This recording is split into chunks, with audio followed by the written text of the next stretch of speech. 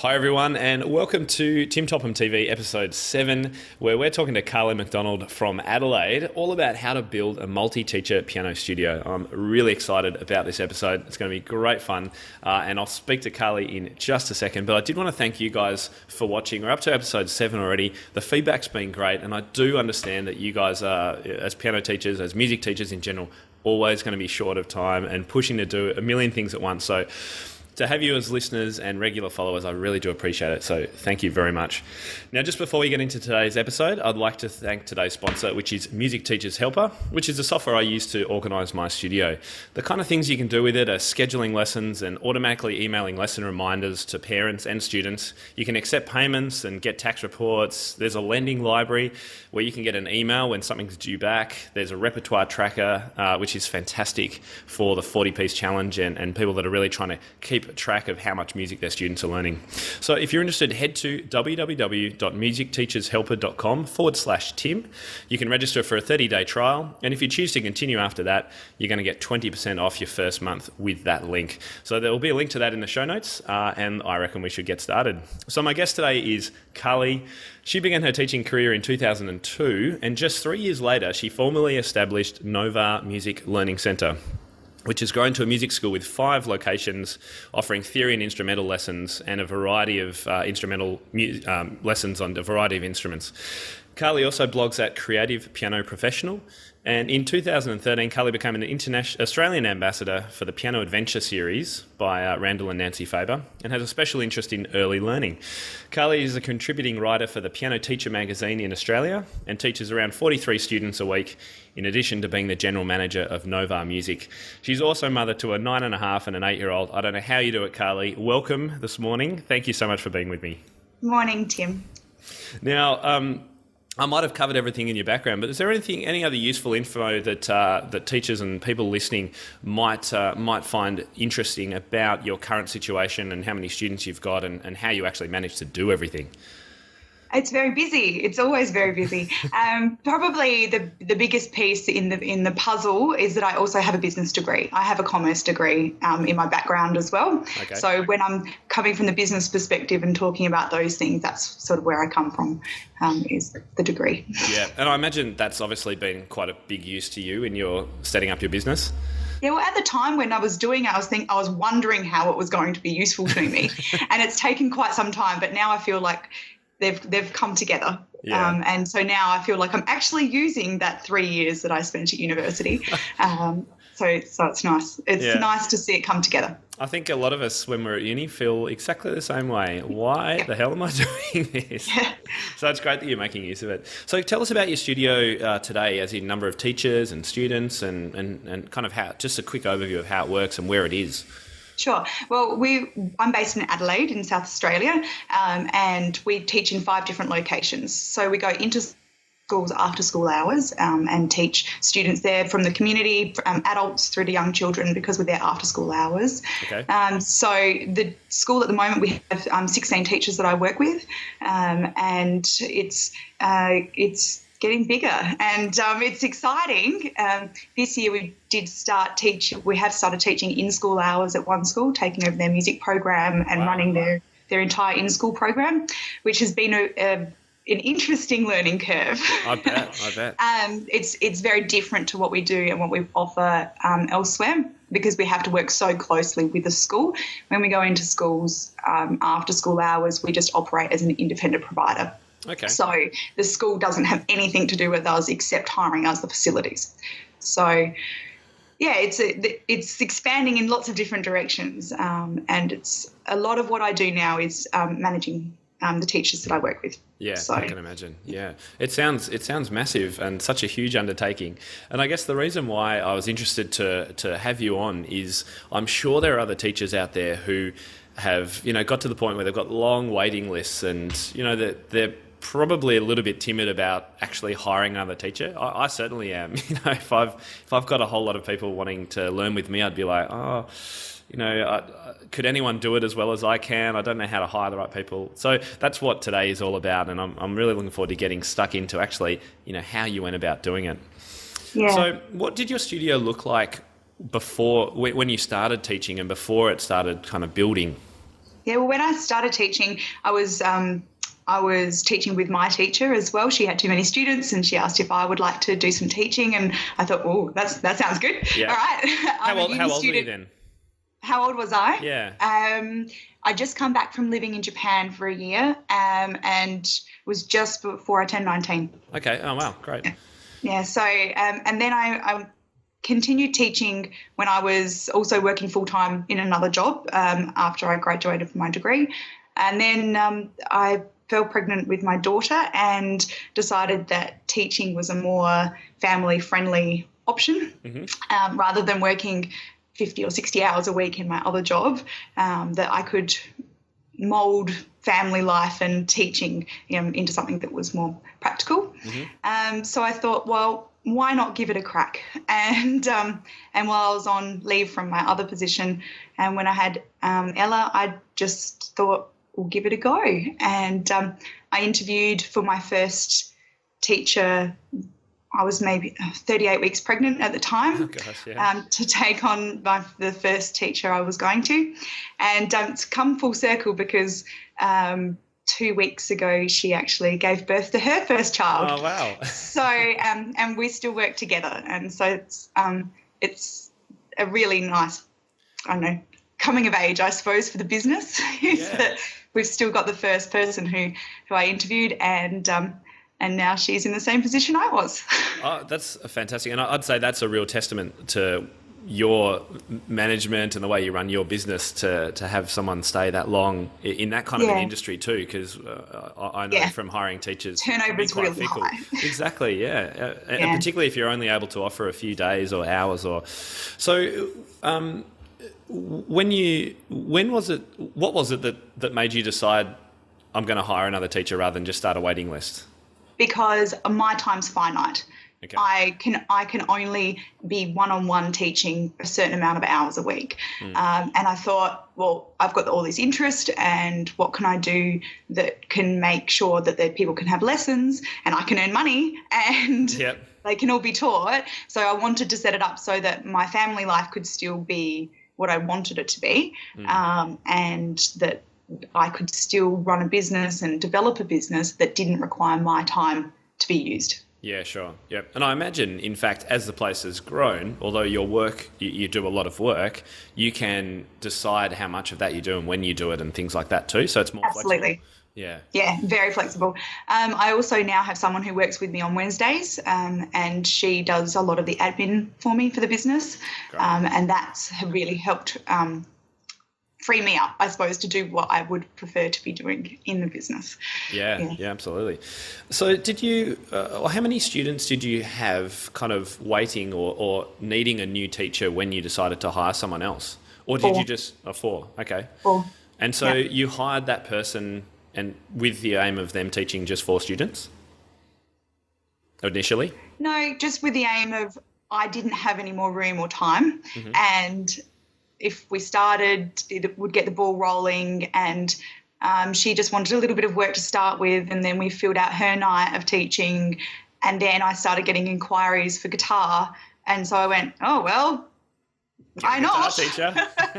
Let's give it a go. And so I found a guitar teacher who wanted to come in, and so it kept happening. Yeah. So it's grown very organically, just as more inquiries have come in. Yes. You grow. Yeah. I at times have made big pushes for certain things. When we're starting at a new location or things like that, there's had to be quite significant work. But from the business background perspective, I think the best way for a business to grow is organically. You need to be able to set up the policies and procedures and all the background mechanics so that the business can function. If a business just explodes, you're not going to get really good functionality down the track. You're just going to end up with constant scrabbling trying to make things work. Yeah. So if you do things consistently and over time, then you're going to end up getting something that's going to work long term. Yep. And putting those systems in place to help it grow. Absolutely. Yeah. If you don't have the systems, then parents get angry and teachers are not happy and schools are angry. Yeah, I can imagine. And your world is very difficult. Yeah. And just before we get into kind of the nitty-gritty of, I'm sure people have got lots of kind of questions on their mind about how to actually do this. Did you have a mentor or someone you could ask questions about, or is it just like, just out on a limb, I'm just going to go for it and do my best? I grew up in a small business background. My family's owned and run small businesses for my whole life. So when it comes to the business side of things, my family are the people who I normally would go to and ask questions of. I'm also a part of a women's business network in South Australia that I'm part of, and they are fabulous. If they've got queries, they're from all different industries, but they come from a business perspective of small businesses and entrepreneurial people. So they often will know the person to go and speak to, or just some snippet of random information that I needed. Yeah. So I find that keeping yourself in networks of other people who own businesses is really helpful. Mm-hmm. It doesn't have to be other musicians. Sometimes it needs to be people with different industry experience. Yeah. So, but from the teaching perspective, it's been my teacher. My teacher's fabulous when I started, and she just encouraged me to do everything that I wanted to. Yeah. Does she still teach out of interest? Yes, she well, sometimes. She's away at the moment for the next 2 months. So no, but she's wonderful and always been a really big champion of mine. So yeah, that's great. It means a lot. I've got that same kind of mentor in my original piano teacher, who's a great support for me and a great person to bounce ideas off. So I think I hope that other people have someone like that they can bounce ideas off too. Yeah, absolutely. So what are some of the challenges you faced in building this business? Oh, goodness. Time is a really big one. It's always been interesting balancing the teaching side with the administration, but then with the family stuff. Because as any teacher knows, I teach 40 plus students a week, but it's not just their lesson time that I'm working for. So it's their lessons, and then it's the planning and the preparation that goes into everything. And then on top of that, managing my family, and if one of my kids is sick, or all those kinds of things. So time is huge. But then also planning, actively, proactively deciding I'm going to sit down and work out what I want. Like I'm going to work all these things out, and then I'm going to follow my plan. That's tricky to make yourself do. And do you have like a long-term plan, 5 or 10 years of what you'd like Nova Music to be? Or is it just short-term, kind of in the next year I want to achieve this? We have term goals. We have yearly goals, and then I have a 5-year plan. Great. So, cool. And, they don't look fancy. There's no spreadsheets. It's what I do is get a piece of paper and get my coloured pencils out and just write everything down that I want, and then I try and work backwards from that and see how I can get from where I am to where I want to be. And is that normally to do with student numbers? Like I'd like to have X more guitar students or piano? Not really. It depends. Sometimes it's the shape of the business in different locations. If it's working, if it's not, if we need to do some more liaising with schools, if we want to change the format of our performance series for students for the year, though it surrounds a lot of different things too. Yeah, okay. That's great. All right, so let's say I'm teaching in Melbourne over here, and I'm getting lots of inquiries. I've got about 5 people on my waiting list, and I'm going to take the plunge like you, and I'm going to hire another teacher to help me. So I imagine the first thing is hiring teachers. Can you give us some help about how on earth you go about doing that? Because, if you haven't interviewed people before, this would be really challenging. Yeah, it was. The first time I did it, it was challenging. But part of my background was I did HR in my degree. So then I'd done some of that stuff. But still, trying to figure out that list of questions to ask was, what do you ask? What do you need to know? What are you not allowed to ask as well? Because there's things you're not allowed to ask. Right. Have you got some examples? Like what? You can't ask them marital status, If they've got children, those that off the table completely. Yep. But what I did was develop a interview plan, essentially. So it goes from the moment I get a resume, and that gets documented, and looks like this. Okay. Can you see all the check boxes? Yep. So there's lots of check boxes there for making sure the date that I've got received resumes, then if they're successful, and then it just keeps going down the list, just so that we can keep track of everything. From a legal perspective and working with children perspective as well, just making sure that we're ticking all the boxes and all those things. Yeah. So when it comes to setting the interview, it's really important that you know what you want from the interview. Yes. Don't go into it just going, oh, we're going to have a coffee and see what they're like. It's really important to know what role you want to fill. You need to know what kind of candidate you require, and you need to know what's going to make you say yes to that person.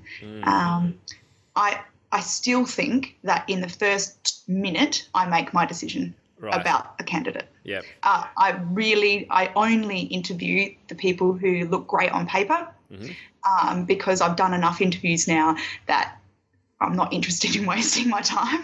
Absolutely. And like one year at the beginning of the year, I did 14 interviews to fill positions, and it's really time consuming.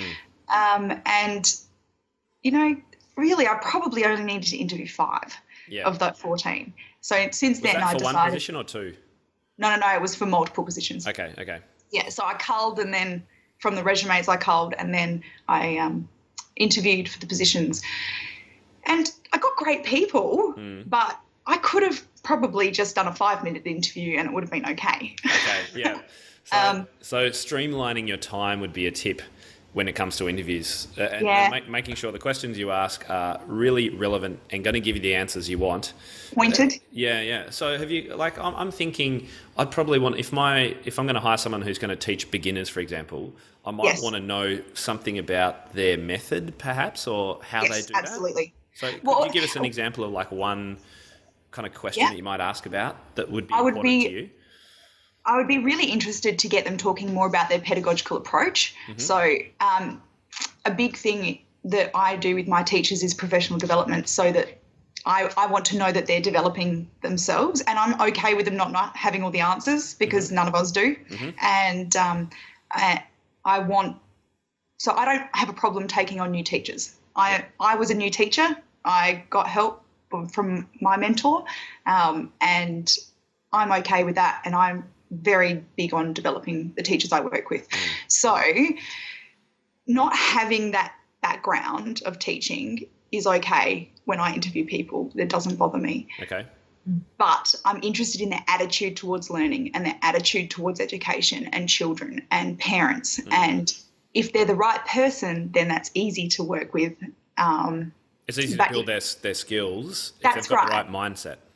That's right. As long as the person who runs the business, you're happy to invest the time and effort in creating that, so that you get awesome teachers to work with, that's great. If you don't have that time or the skills to necessarily develop them, then you'd be more interested in asking questions about their background. How do they teach? What do they teach? What's the structure of their lessons? What do they do with students? Those kinds of things. So I ask all that as well, but I'm really interested in what's behind all of that. Yeah. So I don't want the nice fluffy, interview answers. I want, tell me about what you think about learning and children and those things. Because as a business, we don't push one method at all. As a teacher, I'm really big on just teaching to the child and the student and the way that approach that works for them. So we don't have a method that we specifically push in the business. Teachers are free to choose all the material that they want for the specific child that they're teaching. So I'm interested to know how they do that or how they choose, because that's a plethora of different stuff that they can select from. Trying to distill that down into a program, I want to know that. How would they set a program for a student to learn? Oh, it sounds really helpful questions because I've always wanted to ask these. It's like really useful to know about. Yeah. So, So they're the kind for me, that's what I'm looking for when I'm asking questions. I don't want yes and no answers. I want tell me more about how your brain works and whether or not I can work with you. I think it's great. And, as everyone who knows, who's a reader of my writing knows, I'm passionate about the pedagogy just like you. It's about people that want to keep learning. That's yes, just so absolutely. crucial. So it's so great to hear that you actually, that's like top of your list almost for hiring. It is because when you choose to bring other people on board, when you teach with them, they're reflecting your values as a teacher. Like Nova Music is my baby, and I don't want people working with me that think otherwise. That's not important. So choosing someone right to start with can save you a whole lot of heartache later. Yeah, absolutely. Yeah. And if we just go back one step, I should have asked too, where do you advertise for teachers? That's an interesting question. It's always depends on what kind of teacher you're after. So if you need someone who is already on the ball, already teaching, already, got everything and can run with it, then you need to be looking at your local Music Teachers Association, going through colleagues for referrals, those kinds of things. But at the same time, those kinds of teachers aren't necessarily going to want to work in a business for somebody else because they could just work for themselves. Sure, yeah. So then you need to look for someone who the business fits for them as well. So do they not like the administration side of being a piano teacher? Yeah. Do they not like someone who there are other benefits for working for me than there would be working for themselves? Yep. So they can just teach effectively. That's right. Yeah. That's right. My teachers come in, they teach, they leave. Yeah, that's it. They get paid. And that really, really works for some people. So just targeting where you're looking for those things. So if I'm looking for a developing teacher so that I can have someone who's going to be with me for a longer amount of time. And that's a really big thing in running a business. For me, I want teachers who are going to stay because that's great for the kids. Absolutely. Continuity and Yeah. So being able to provide that means that I need to pick the right people who have got that trajectory in their own career, and because of the industry we're in, it's the turnover is massive. So it is a really big consideration. So if that's the case, then I'd be looking online. So going through the teaching forums that we're part of. I've also found that Facebook ads through the business page have been extremely effective. Okay. And I often get resumes just sent to me anyway. Yeah, sure. As you get your name out there, it would. Yeah. Yep. So there's different avenues, but I think it's good to be cautious with which you choose to go down as to the candidate you're looking for. Sure. And it's going to be area specific, I guess. The listeners in the States are going to have different things. They'll probably have, I know they have music teachers associations and they're strong. Yes. But no, it's good. What I hadn't thought of is when you said that you'll advertise in different locations depending on who you want. Because I imagine my first reaction would be I'll just kind of put my ad wherever I possibly could, sort of thing. So I think that's really a great tip. Yeah, some of the best teachers that I've had come to me have been through the best teachers I currently have. So they'll say, I know so and so, and then they'll start the process. It's best because they are already great teachers for me, and they wouldn't recommend someone they didn't think was going to be great. So it sort of cuts through the process as well. Yeah, absolutely. Now, just to have a quick break, I was just going to let everyone know that there will be notes on this episode at timtopham.com /episode 7. So if you're madly taking notes, that's a great idea, but we will also have links to anything we've talked about in the show notes. Now, I just want to go back to PD. You mentioned that you're big on PD, which is fantastic. Do you do that in-house? Do you hire people in, or do you send your staff away for PD, and do you cover their costs? Well, all of the people who work for me are subcontractors. So most of them work in multiple locations and do lots of things, as is normal for our industry.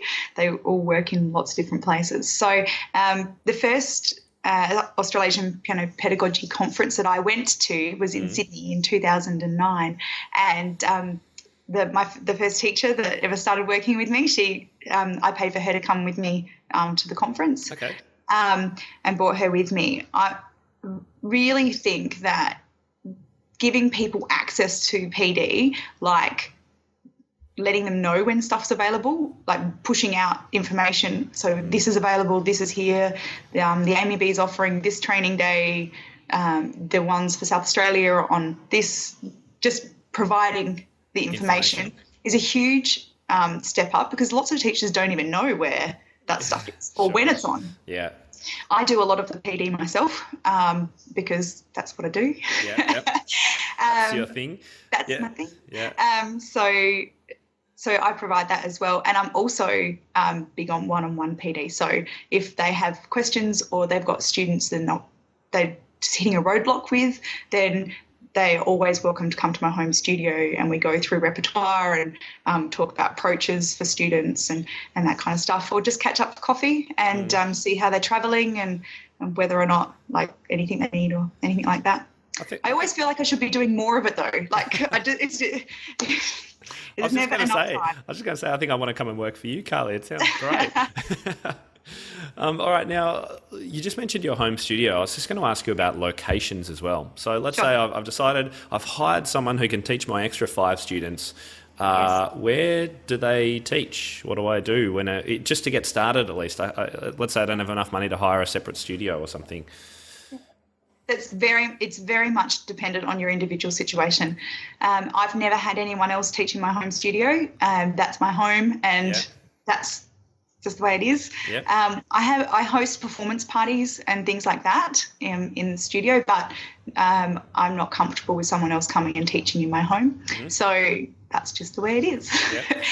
And I imagine a lot of teachers would be in the same thing. It's like, no, that's my space. So what would I do? Where would I go to find space for that other person to teach in?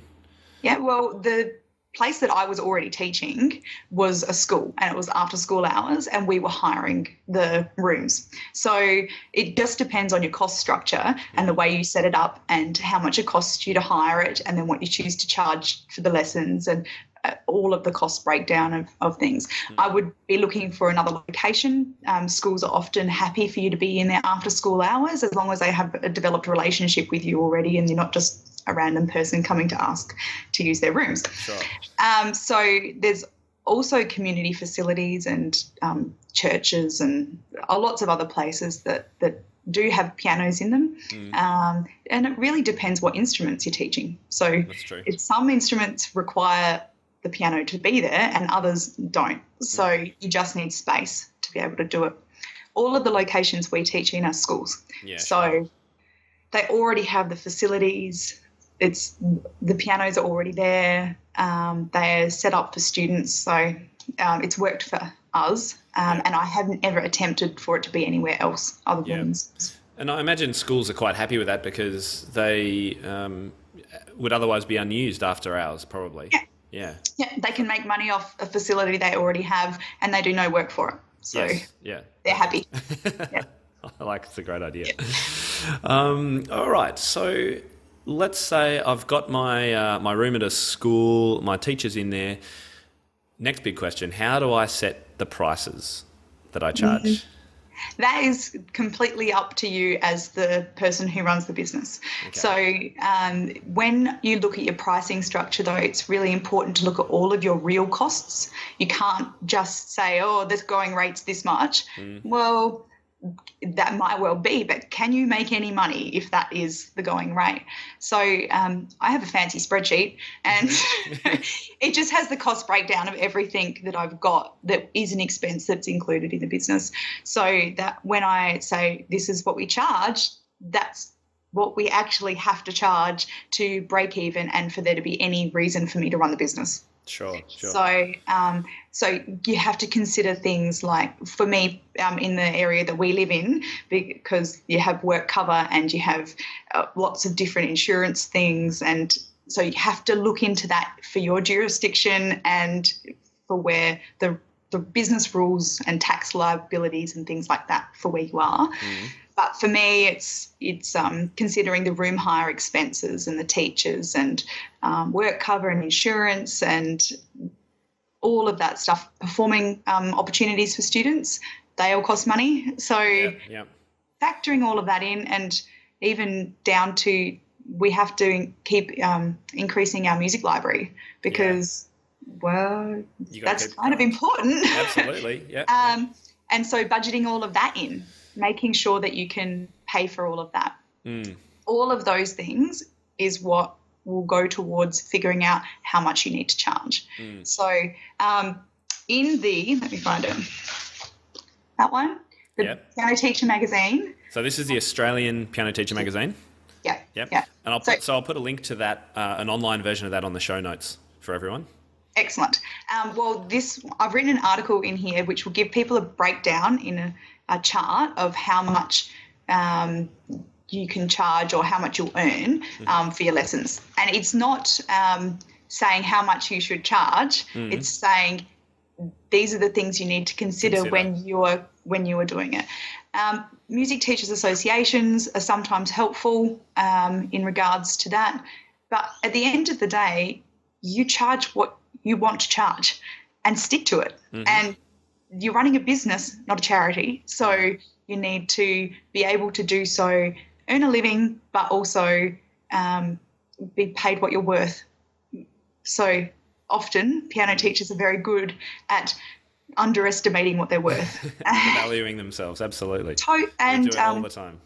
Yeah, and you shouldn't, because piano teachers are very highly skilled. And in addition to that, they're running a business. So you need to factor in your time and your costs when you're thinking about what the lesson expense is going to be. And sometimes parents need a bit of educating in that regard, don't they?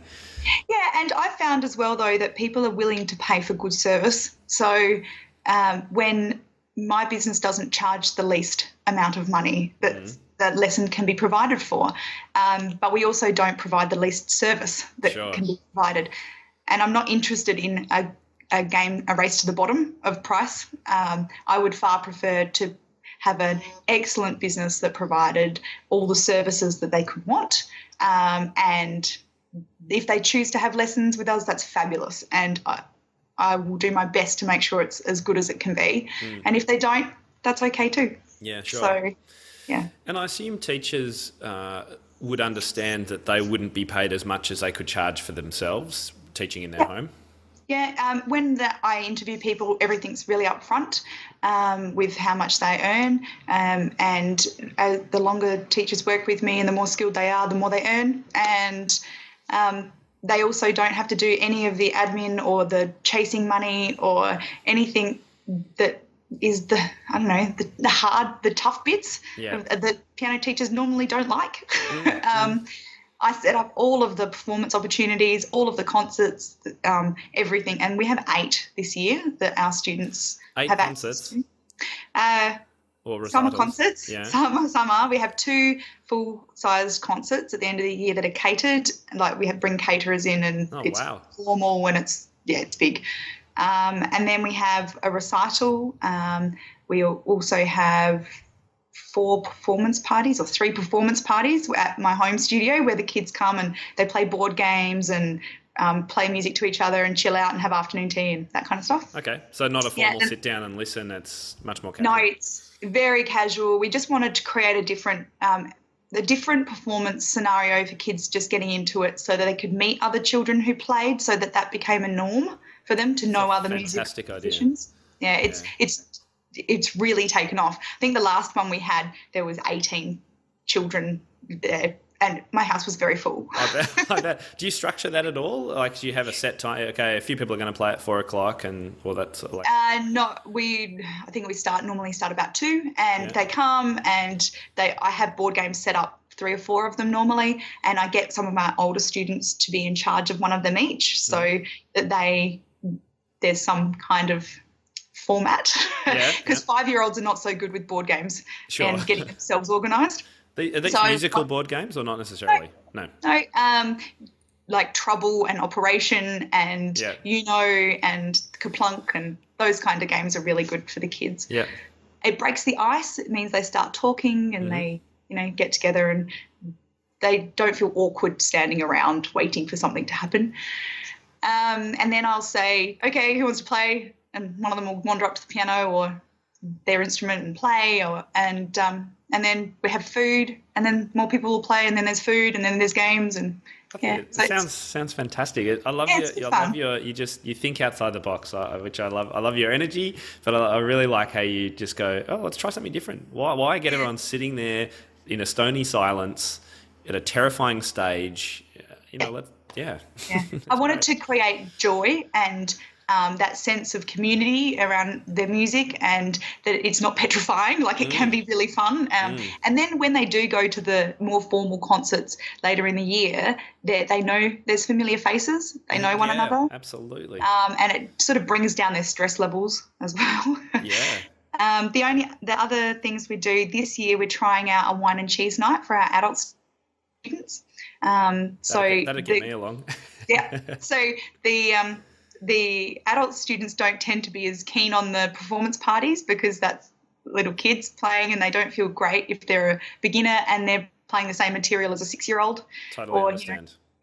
So we're trying to create a more grown-up environment for them to still be able to share their music, because they're often really nervous, and a concert's not the best place for them to start. Absolutely.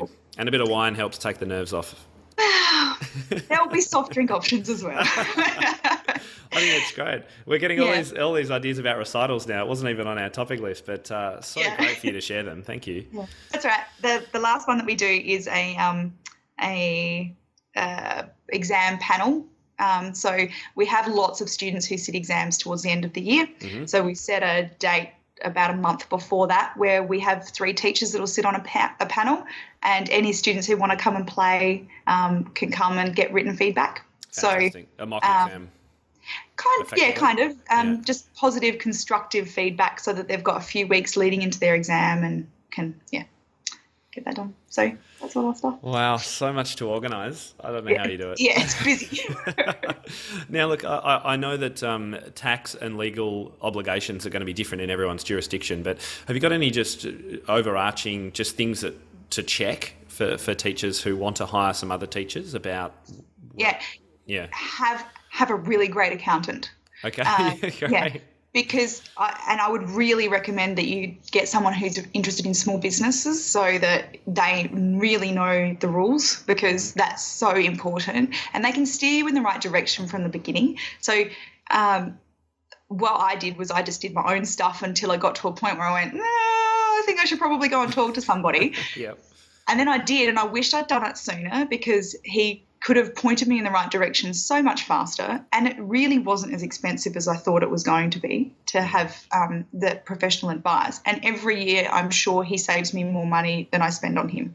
So I would say go and talk to somebody, a professional, in different whatever location and country you're in. I'm sure there is a business body as well for small businesses that you could talk to. Mm-hmm. Where I am, it's Business SA, and they are absolutely fantastic. There are so many resources on their website. So I would go and look at that so that you know your legal obligations as well. It's a great tip, yeah. Yeah, and the way you choose to have someone else working with you is going to be determined by the legalities of your area. So it might be best for you to take them on as an employee, and then you have considerations that you will also have to have in how they're remunerated and all of the other legalities, and you really need to know your stuff, so you have to look at it. Yep. And so, it really depends on where you are. So research what the legalities are with the Business SA kind of body, and then also talk to an accountant. Yeah. Okay. Great tips. And I think you mentioned work cover earlier. That's an Australian thing. It is. I think. It is. Yeah. So that's an insurance effectively premium that you pay to the government, the work cover body, to cover eventualities. Yeah. Yes, it is. Claims. Yeah. So there may well be things like that in other countries. I'm not sure, but again, do some research. Yeah. And through the business bodies, you'll get a lot more information about what's required and what has to happen. My accountant was actually the person who told me all of that stuff. Mm-hmm. So that really, really suggest that people go and talk to someone before they start, because they can head you off at the pass if you're going down the wrong place at all, and it won't cost very much, and it will probably save you a lot of time. Yep, and maybe money down the track, even if it is a few $100s. Yes, worthwhile. Absolutely. Yeah, very worthwhile. And I mentioned Music Teachers Helper, who's a sponsor. One great way for studios to manage finances. But I imagine as things get bigger and bigger and you have more people, I don't imagine a shoebox of receipts kind of works so well. Do you have a go-to software solution or something that you use for that? I use MyOb. That's MYOB. MYOB. Yep. Yeah. It was what my accountant suggested. I was previously using something else, and as the business grew, it just was too cumbersome. When I was at university, part of what I did was write a database and some pretty fancy spreadsheets, which is what I started with. Right. And it was working fabulously until the business grew to a certain point where it just wasn't going to work. So I had to transition, and that probably happened 2 years ago now, that the business transitioned past the point where I could stretch the database and spreadsheets any further. It was limping along at the best, and then there was a huge change. And that was really scary, to have to pick up all that information and dump it somewhere else, because the input alone into the new software was... I can't imagine. it was time consuming, but it turned out to be really good, because there were all these other things that I could suddenly do that was streamlined. And so whilst changing your software to something might be a battle at first, it's worth it if you can get all these other benefits. So for me it worked, and MYOB works, and it's what my accountant wants me to use, which at the end of the day is important. Yes. Oh, software's fun. Make sure you have a really good backup system. Okay. So having something that's just on your computer is not a safe way to run your business. So from what I understand, Music Teachers Helper is online. So that's right. Yeah. So it means that you have offsite backup, which means that you're not, if your computer dies, your business doesn't. Yes. Yeah. So having a really good backup solution is important. Absolutely. Yep. And we'll put a link to MYOB in the show notes.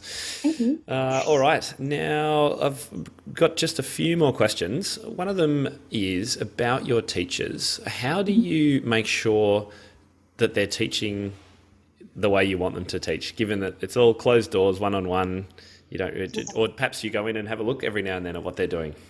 I actually don't observe my teachers. I don't think it's great for the students, and I also think that teachers become extremely self-conscious when they've got someone looking over their shoulder. Regular check-ins with teachers is good.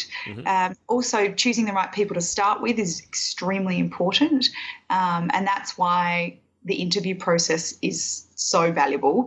Even though I know within the first few minutes if they're the right person, going through the process is really important to get the details of how they're going to teach and how effective you think they're going to be. Yep. And whether they're going to be open to feedback, I guess. Absolutely. Yeah. When a new teacher starts with me, if they don't have very much experience, then I work with them quite heavily on how they're teaching and their plans. So just having term plans for students. And I know things change every lesson depending on the student and how much work they've done and what happens, but having a good plan overall. So I work with them on their plans to make sure that it's all good. And that way it's a really good one of checking and seeing if I'm happy with the way their mind's working, I guess, about the teaching. Yeah. We have lots of performance opportunities for students, and that's a fabulous way of making it for you to see what's actually going on. Yep. Yeah. So that's a good check and balance. And I have really good relationship with our parents of our students, and I'm the person who deals with stuff beyond the weekly lesson. Okay. So parents are not backwards in coming forwards if there's a problem. So I deal with all that. Yeah, and sure. It's pretty easy to put pieces together if things aren't going right. Okay. And without wanting to make this sound like I'm interviewing you for a job, have you had had to have some difficult discussions with some teachers who are underperforming before, and how do you approach that? Yeah, absolutely. How do I approach it? How do I say that without? Is it kind of a matter of, saying, okay, this is what we're observing, I really want to help you, and this is how let's try these ideas, sort of thing? Yeah, a lot of it is that. So if I get something from a parent, or I'm checking on something and something just doesn't look like it's kosher, then it's just the process of having a conversation, catching up, doing more planning or more PD with a teacher if that's what the problem is. But if the feedback I'm getting from a parent is more a personality issue, perhaps, then do what you can, limit the damage, I guess, and try and find a teacher fit that works better. Sure. That is one of the really big bonuses of working with a group of teachers, is that not every student will work with every teacher. So we can actually change if necessary for students. If a teacher's just really not working and I've done everything that I can do that's feasible, I just don't give them new students. Okay. Yep. Because that's the way it goes. Yeah. Well, you've got to prove your worth to get more students, and I imagine the same goes. When you get a great teacher, you can give them more students. So absolutely, yeah. And you can load them up pretty quickly, as long as the inquiry's there to do so. So I've become a bit more ruthless, I think. Well, you have to be, don't you? Longer I've been running the business, I really care for our teachers, and I really want the best for them, and I want the best for our students. And as long as we're all on the same page and moving in the same direction, that's great. Sounds great. All right, I think this is my last question. Thank you so much for all these. Do you have any recommendations for, blogs about this, or books, or people to follow online or anything? There's a few. Wendy Stevens is fabulous. Okay. That's Compose Create. Great. We'll put a link to that in. Yeah. I'm a big fan of Wendy's. Yeah, absolutely. She's got some great things on there that can be helpful to teachers as well. There's a book called The Independent Piano Teacher. Okay. And that's a really great one it's got some policy outline kind of documents in it, and just good tips and tricks for teachers who are new as well to the game and are thinking about setting up a studio or things like that. That's a really good one. Trying to think of other things that I use online. A lot of it would be non-music based. Sure. As you were saying, with the support groups you've got around you, they're just business ones, aren't they? They are. So it's the group that I'm involved in is called Women's Business, and it's for entrepreneurial women in my area. So that's something that people could look out for in their area, and look outside your industry and see if you can find a group of support that's like that. But sometimes people are involved in things like Rotary or service clubs. They can be really great sources of because they're often professionals who have a background in lots of different things and have a wealth of knowledge. So they'd be good places as well. But any business places that you've got. So for Australians, it would be the tax office as well. Their website has, if you know how to search on their website. Sometimes that can be tricky. But that can be a good source, and also Business SA I would use with some regularity as well. So I've got some things up on my website as well, on the blog, that will hopefully be helpful. And I'm going to the Australasian Piano Pedagogy Conference in July for all of the Australians in Melbourne. Let's give that a plug now, because that's so important. It is, and if people can get there, it's just so worthwhile. And you get all this information and people that you can talk to that know stuff, and you can make contacts with them. And that's where we met, was at one of the conferences. And then you've got people you can go to and talk to about stuff whenever you need to. So if I need to know something, I just flick you an email and say, Tim, what's a go? And it's it's a connection that you wouldn't have had otherwise. So if people can go to them, they'll not only get all of the information that's presented at the conference, but they also get the connections in the industry. So that's the APPC 2015, which is in Melbourne. So I'll put a link to that in the show notes as well. Yeah. That's for all the Aussies. And international, if you want to fly over to Australia, it's only absolutely just a hop, skip and a jump away from Europe and America. Yeah. I'm presenting a business stream at the conference. So there's 6 presentations I'm doing on business planning and business development and all of the kinds of things we've been talking about today. So I'm really excited to be able to present the stuff that I do. That's great, Carly. And I can back up 100%. I've seen Carly present before, and it is always inspiring and fun. So definitely get along to those. That's great. I'm looking forward to it. So it's going to be crazy and hectic, but it's going to be great. Absolutely. And I was just thinking before, you mentioned policies before. I imagine having policies is probably quite an important factor. Yes. And I know Wendy Stevens shares policy. Some of her ideas, things like makeup lessons and things like that. Yes. Perhaps, people can probably Google for ideas about other people's policies, can they? Yes. Yeah, they can. And online forums and places to go for the international people. There's some Facebook forums and things like that people sometimes share, or if you've got queries about, you can always ask. The Australians, there's the Australasian Piano Teachers forum that they can join, and people are quite I think people are quite generous with the information that they share. With Wendy Stevens, Diane Heidi, they all have great policy documents, and Google it. Yes. I've been working on some things that are more pro forma policies to go on my blog, so if you keep up with that, absolutely, we'll link get them. We'll definitely talk about your blogging. This is my policy procedure manual, right? For my business, and it's quite thick. Wow. Yep. But it's also it's shaped and it's specific to my business, and that's because it's my business. Yeah, and I also wanted to write something that was if I wasn't here, someone could pick up this document and they could keep running my business. So it's quite detailed, and it's not what most piano teachers would need to have. No, but particularly when you're getting started, I guess. Absolutely. Yeah. But when you're getting started, you don't have an enrolment procedure or policy around enrolment, then you're not communicating with your clients very well either. So having just some base pro forma policies and procedures in place will really help, because then you know what you're doing and they know what you're doing. And I think it's fundamental to any business. Yeah, absolutely. And by pro forma, what do you mean by that? I just mean a baseline one. So what I'll do is create a base one that people can adapt to their own studios.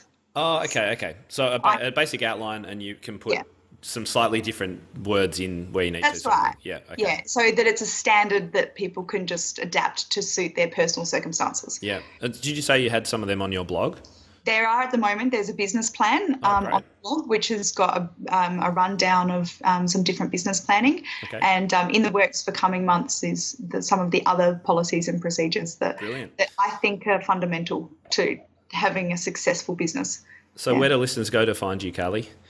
creativepianoprofessional.com is the blog, and more regularly they get things on Facebook. So just if they Facebook search for Creative Piano Professional, they should see me pop up. Fantastic. And I like your page and I follow your blog, and I can highly recommend it to all the listeners out there.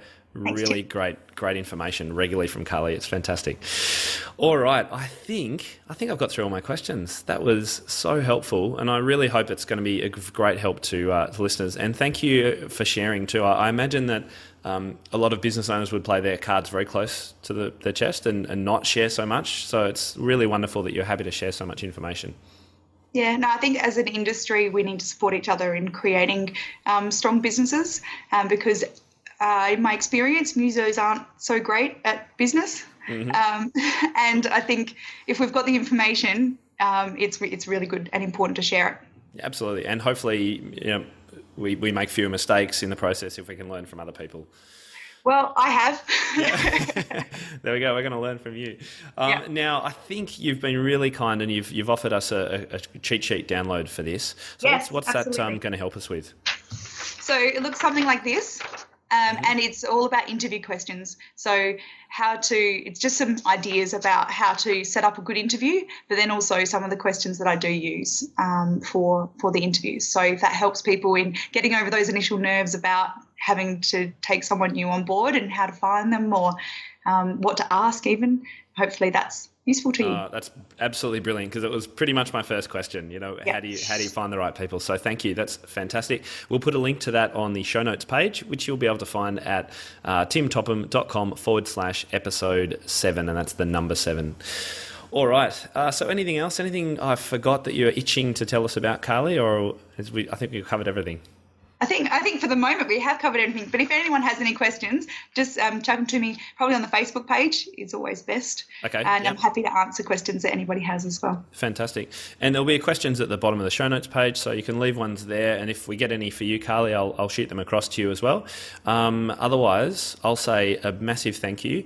And again, thank you to all the listeners. It's such a great support to have so many people downloading these episodes. And I'd love to have you leave a review on iTunes. If you've got a spare, it just takes a couple of minutes to get a few more reviews on iTunes would be fantastic. The instructions of that are on my blog under the podcast menu at the top, and I'll put a link to that as well in the show notes. So big show notes page coming up. Thanks so much, Carly. My pleasure. And I look forward to seeing you really soon. Yeah, thanks very much, Tim.